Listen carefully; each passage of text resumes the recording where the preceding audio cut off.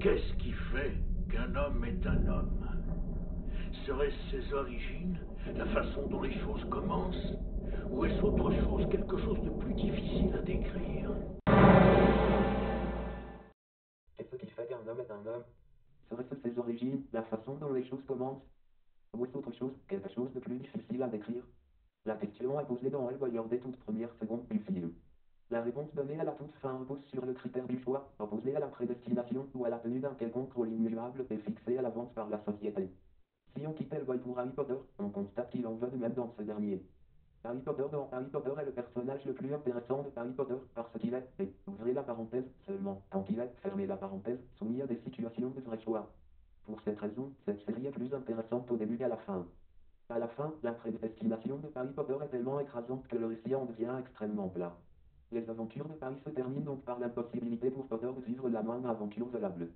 Le fait que le personnage de Harry Potter soit intéressant par le biais de sa capacité à faire de vrais choix, ceci est vrai pour Hellboy dans Hellboy, et s'applique à la grande majorité des personnages dont le récit est celui de leurs propres aventures. Ouvrez la parenthèse, œuvre éponyme ou éponyme inverse, fermez la parenthèse.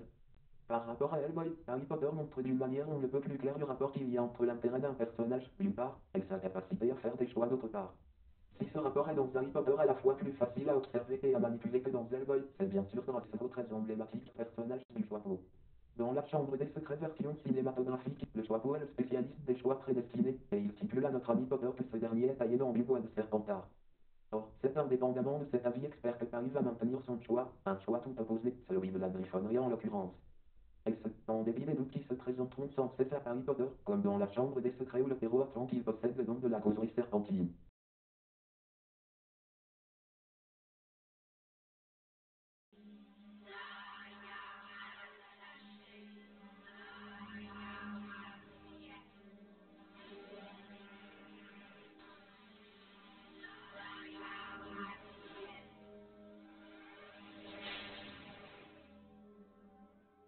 Ajoutons que dans la chambre des secrets, la scène où les propos du Choixpeau sont recueillis, forme un dialogue quelque peu sorti du néant, et que l'on ne retrouvera pas dans le livre. Ces propos sont néanmoins significatifs, car le film prétend tailler, dans le support cinématographique, ouvrez la parenthèse à grand coup de serre, fermez la parenthèse, un duplicata du livre. Duplicata altéré mais qui préserve au moins les aspects les plus vendeurs du héros. Ceci revient en fait à chercher la réponse à une question. Qu'est-ce qui fait que Harry Potter est un homme? Réponse. Le fait qu'il ne se plie pas automatiquement au jugement du Choixpeau.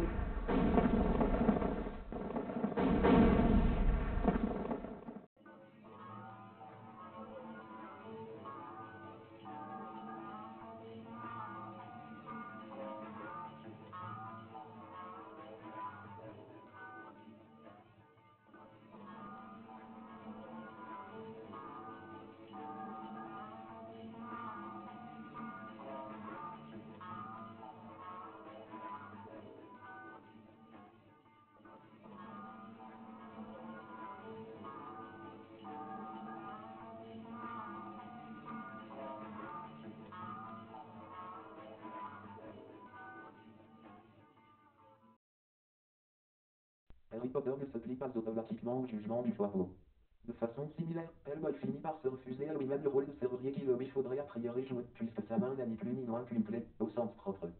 Et chez Hellboy, c'est le chancelier Rasputin qui fait office de Choixpeau. On peut le vérifier, il existe dans Hellboy au moins une scène similaire en tout point à la scène du Choixpeau de la chambre des secrets, et où c'est Rasputin qui incarne le Choixpeau. Toutefois, Rasputin n'est pas pur personnage du choix, personnifié de manière ostentatoire et emblématique.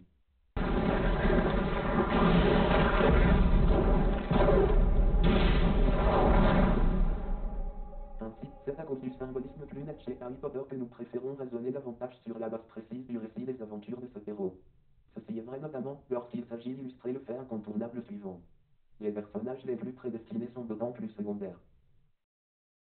Pour effectuer le classement selon la valeur, on doit classer les personnages par niveau de prédétermination propre, mais pas seulement. Il faut tenir compte du niveau de tolérance à l'insubordination d'autrui. Finalement, à un bout de la chaîne, on a les personnages à faible niveau de prédétermination en propre tels que Harry Potter, le professeur Lupin, etc. Et aussi à fort niveau de tolérance à l'insubordination d'autrui, tels que sa baronnie le Sieur Hagrid, ou Monsieur Weasley. Ces personnages sont les plus intéressants.